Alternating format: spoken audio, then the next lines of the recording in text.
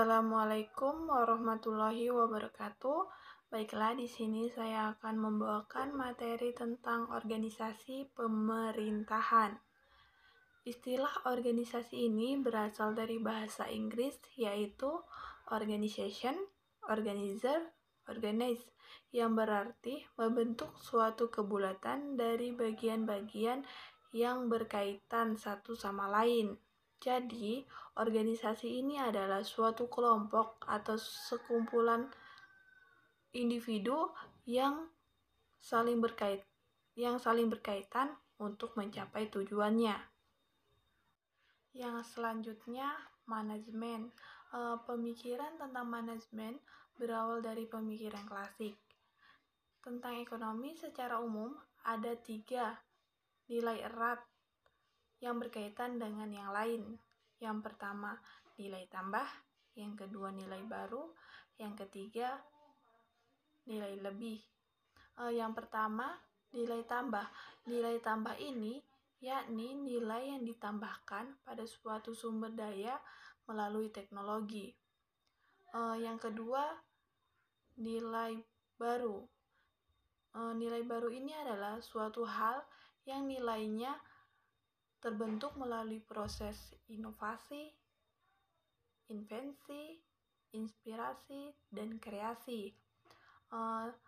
Nilai lebih.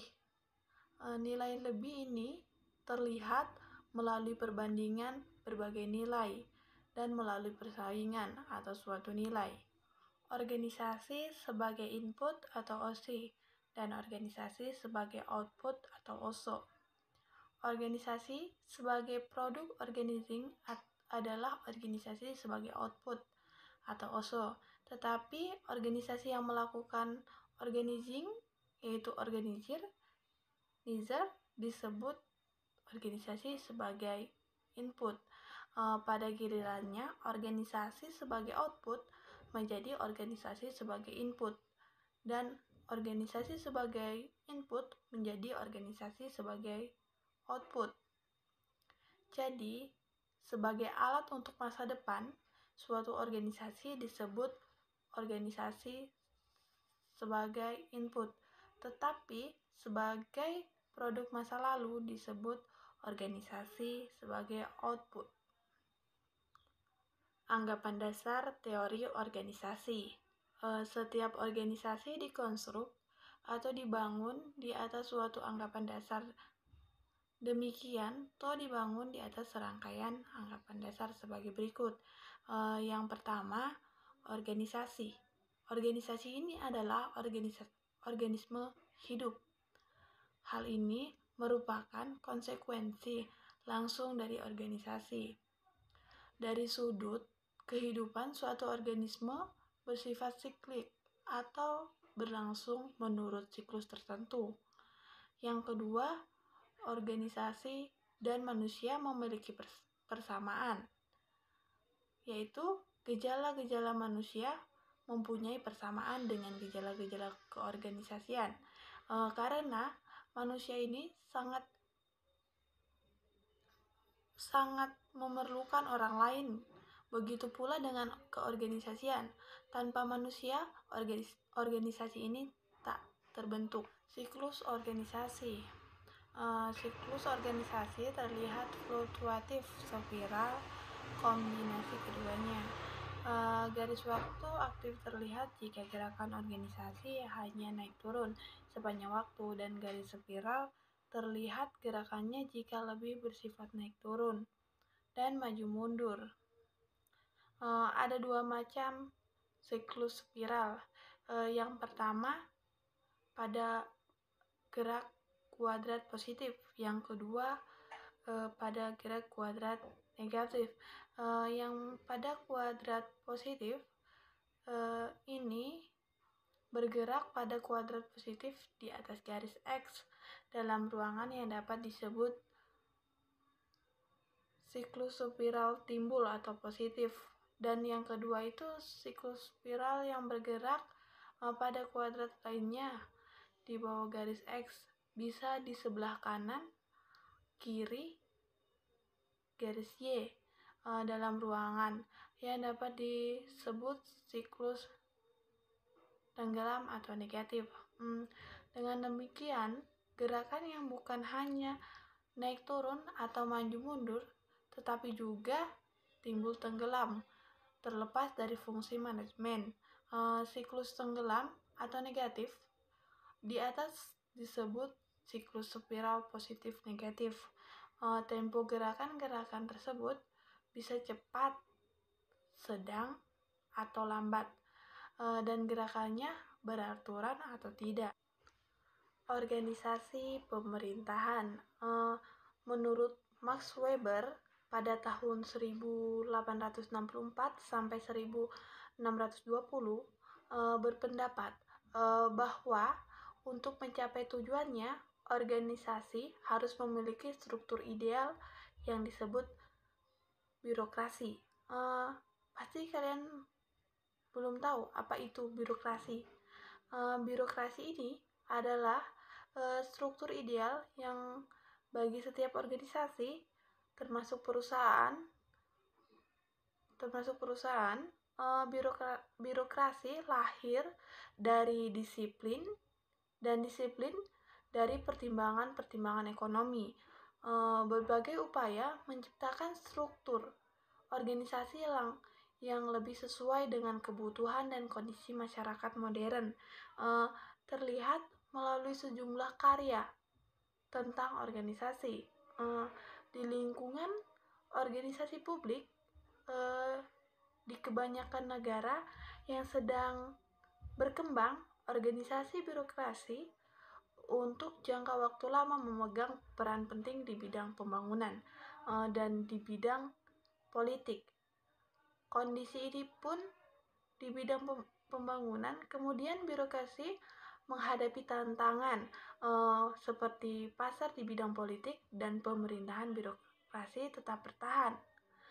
Jadi, organisasi pemerintahan ini adalah organisasi birokratik, organisasi bisnis yang semata-mata bergantung pada mekanisme pasar atau bebas. Secara bangkrut, begitu produknya tidak laku ditawarkan di pasar, siklus hidupnya pendek, juga tidak bisa dapat berubah agar terus survive. Siklus hidupnya sangat fluktuatif. Organisasi pemerintahan juga bersifat makro, diatur pada level nasional, sehingga boleh dikatakan relatif seragam di mana-mana. Dilihat dari sudut ini, lebih leluasa mengamati organisasi publik ketimbang organisasi. Struktur organisasi. Sasaran kajian teori organisasi. Organisasi pemerintahan adalah organisasi formal. Struktur organisasi formal, begitu sebuah organisasi terbentuk di dalamnya, secara spontan terbentuk pula organisasi informal.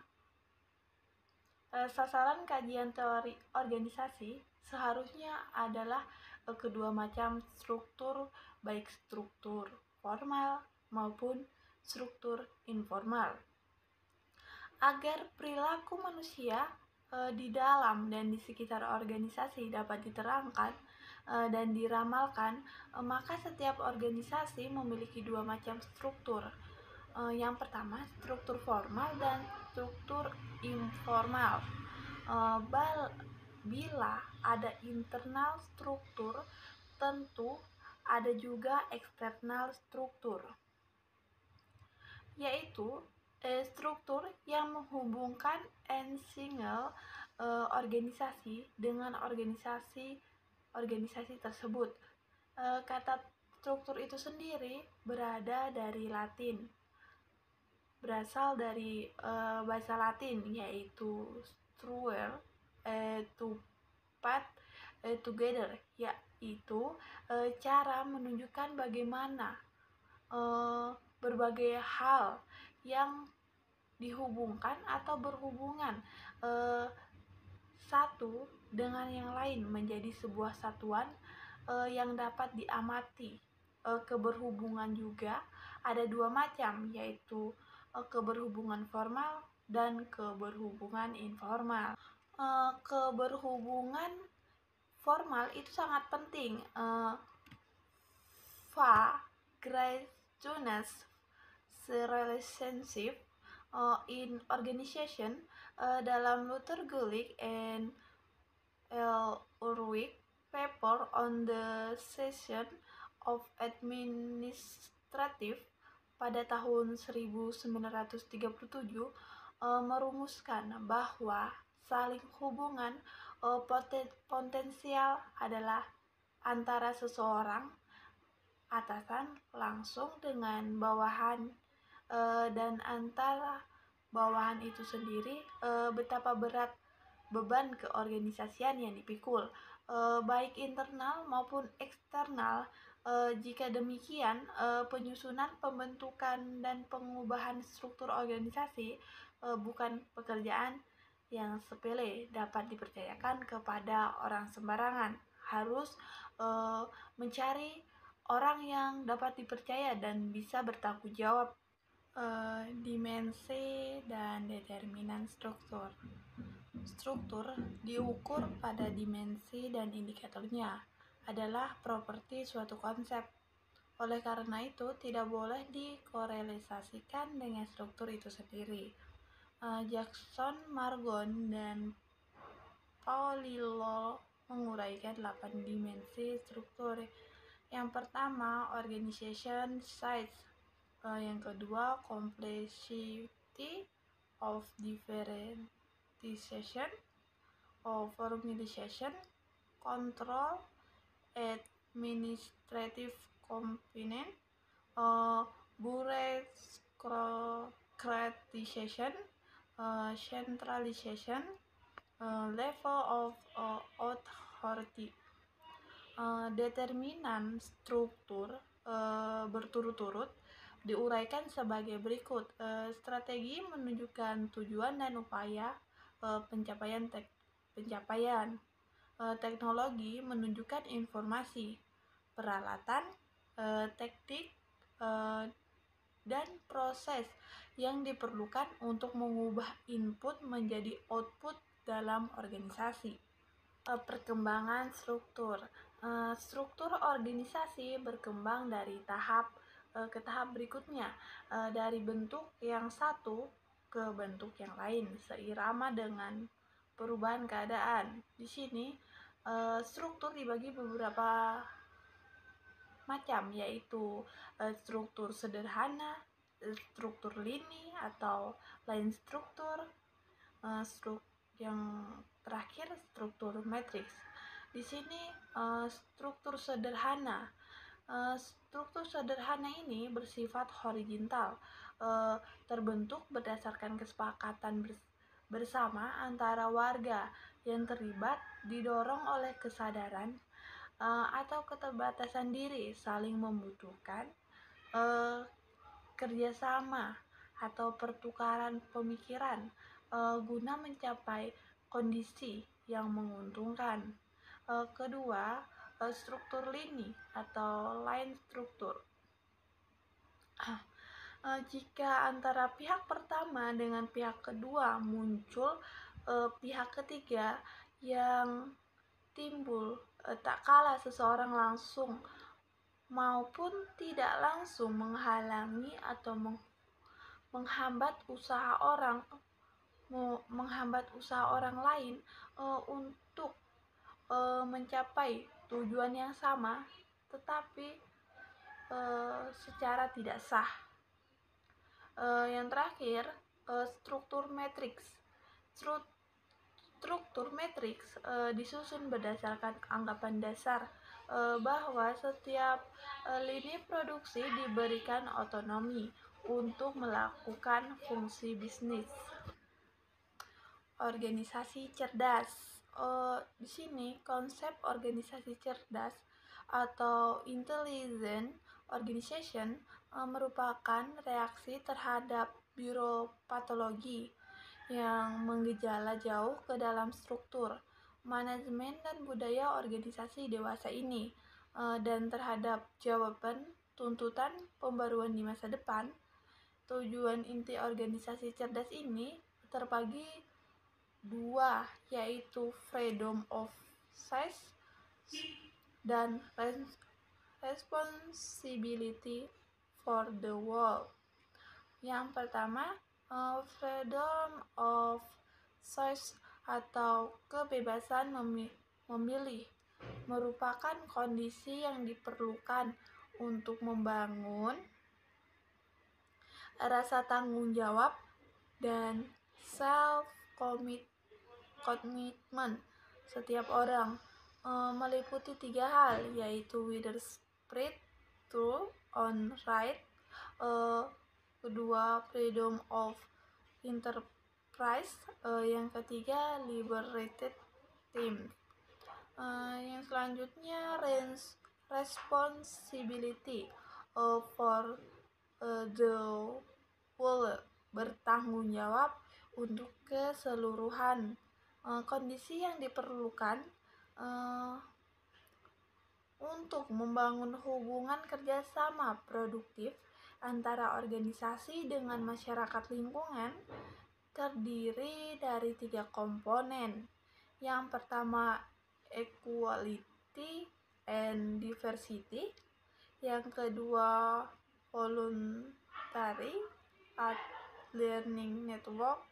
Yang ketiga, the democratic shape. Organisasi sakit. Yang disebut dengan organisasi sakit ini yaitu apabila sudah mempunyai tanda-tanda seperti berikut. Yang pertama itu kinerja menurun. Yang kedua, timbul konflik vertikal atau horizontal yang tidak berujung. Yang ketiga, karyawan memilih untuk diam.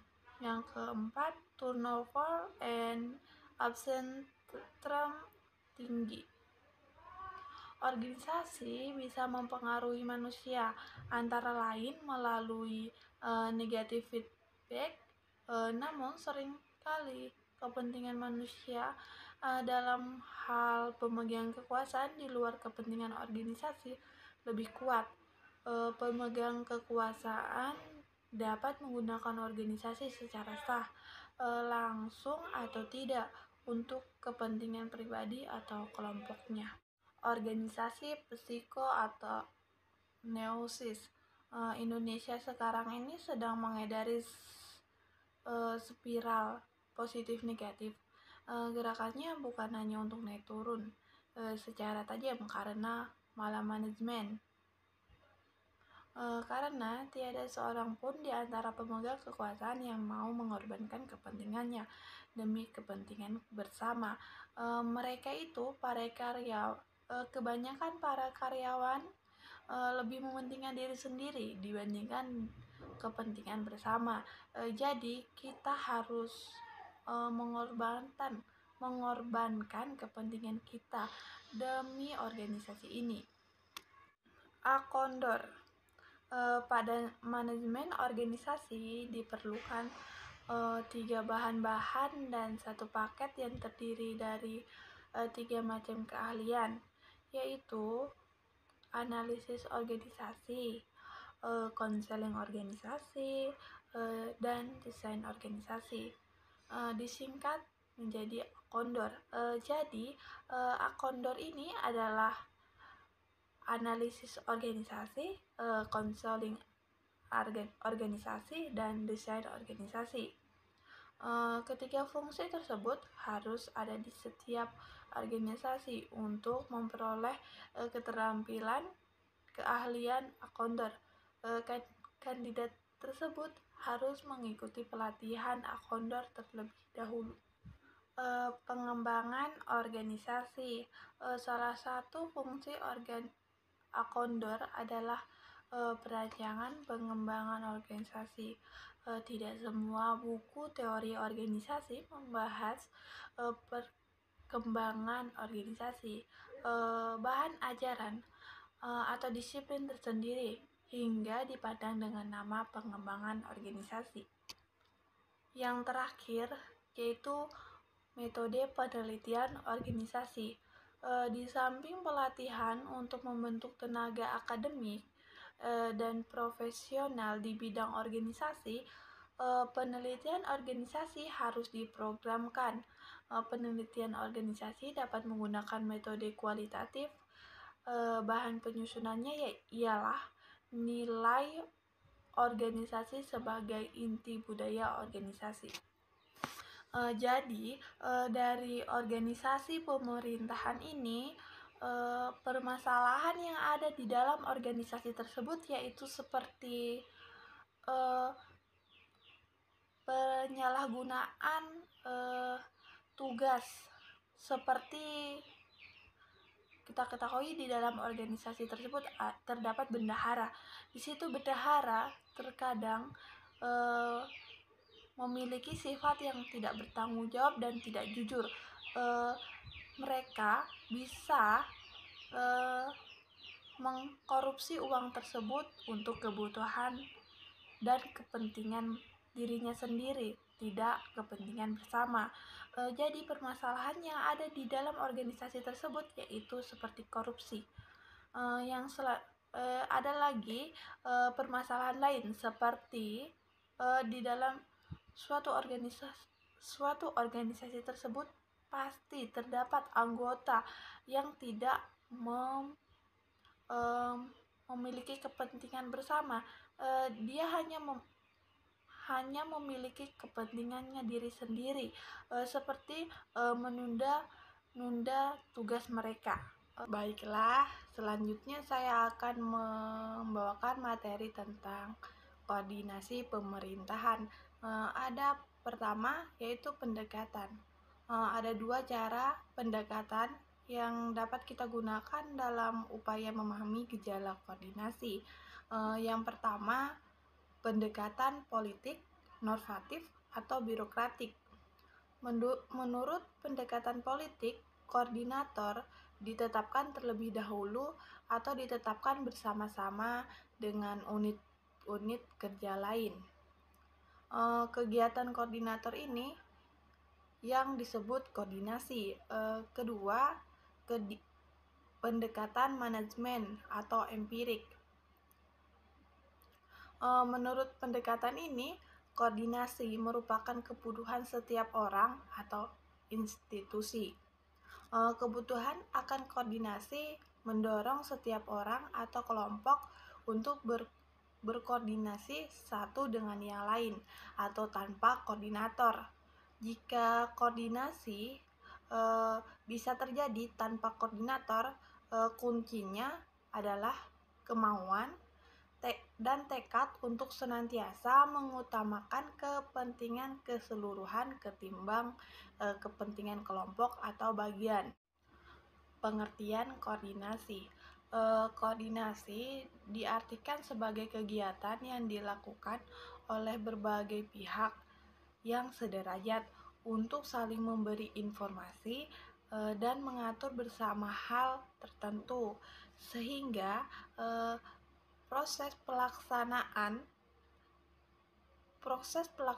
tugasnya ini dan keberhasilan pihak yang satu tidak mengganggu pihak yang lain. Koordinasi pemerintahan. Koordinasi pemerintahan ini didefinisikan sebagai proses kesepakatan bersama.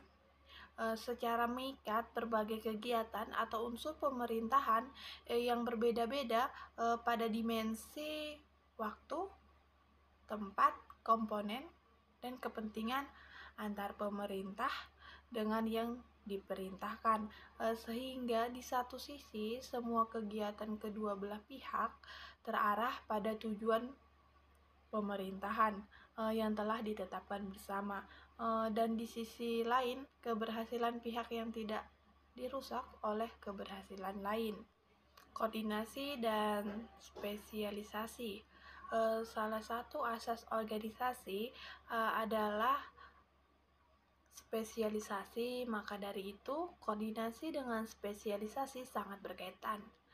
Setiap spesialisasi dilembagakan menjadi sebuah kegiatan, program, lembaga, atau unit kerja dengan sasaran spesifik pula. Koordinasi adalah fungsi organisasi. Begitu suatu organisasi dibentuk atau terbentuk, koordinasi internal dan eksternal harus berjalan. Yang satu berkoordinasi dengan yang lain atau kegiatan, program, lembaga, unit kerja, organisasi dikoordinasikan. Secara spesifik, perlunya koordinasi dilatar belakangi oleh kenyataan. Tujuan koordinasi.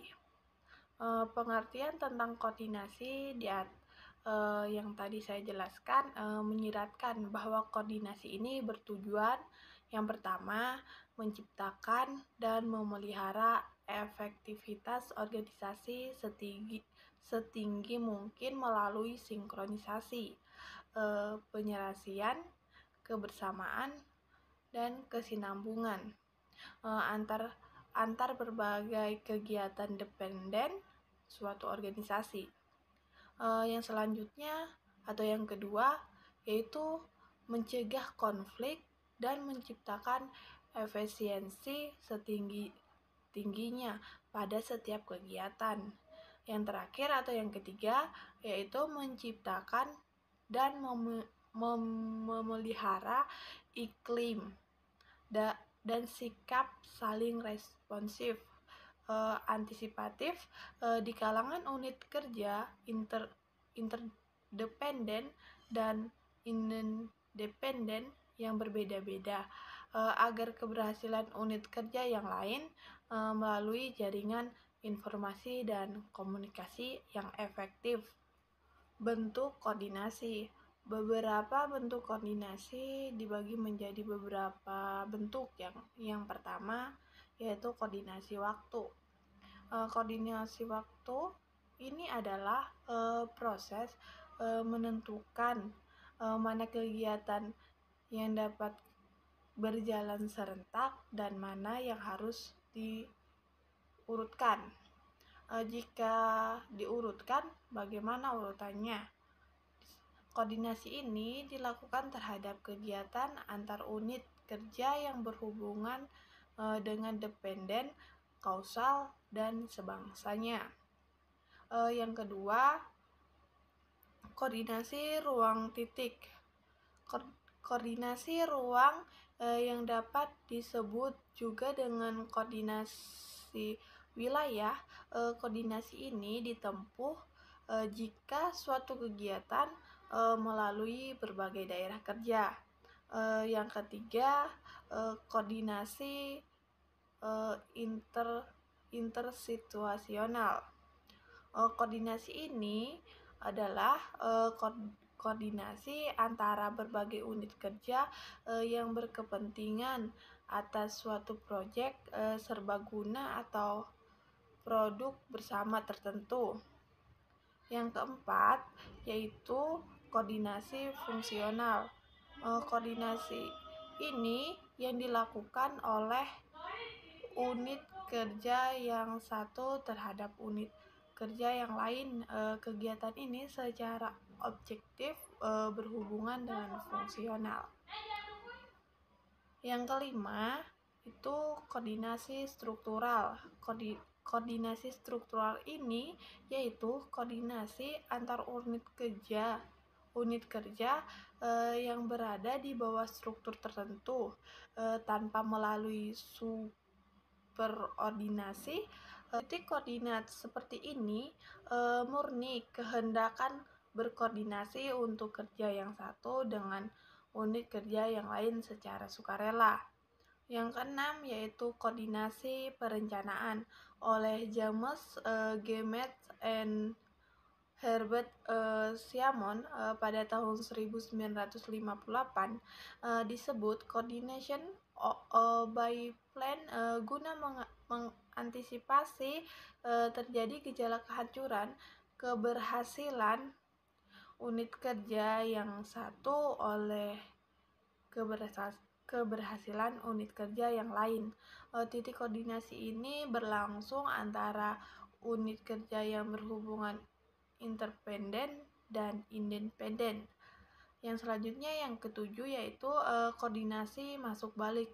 Oleh Matt dan Simon disebut coordination by feedback, yaitu koordinasi liasil kontrol terhadap setiap kegiatan unit kerja agar dapat dilakukan adjustment, improvement, koreksi dan sebagainya.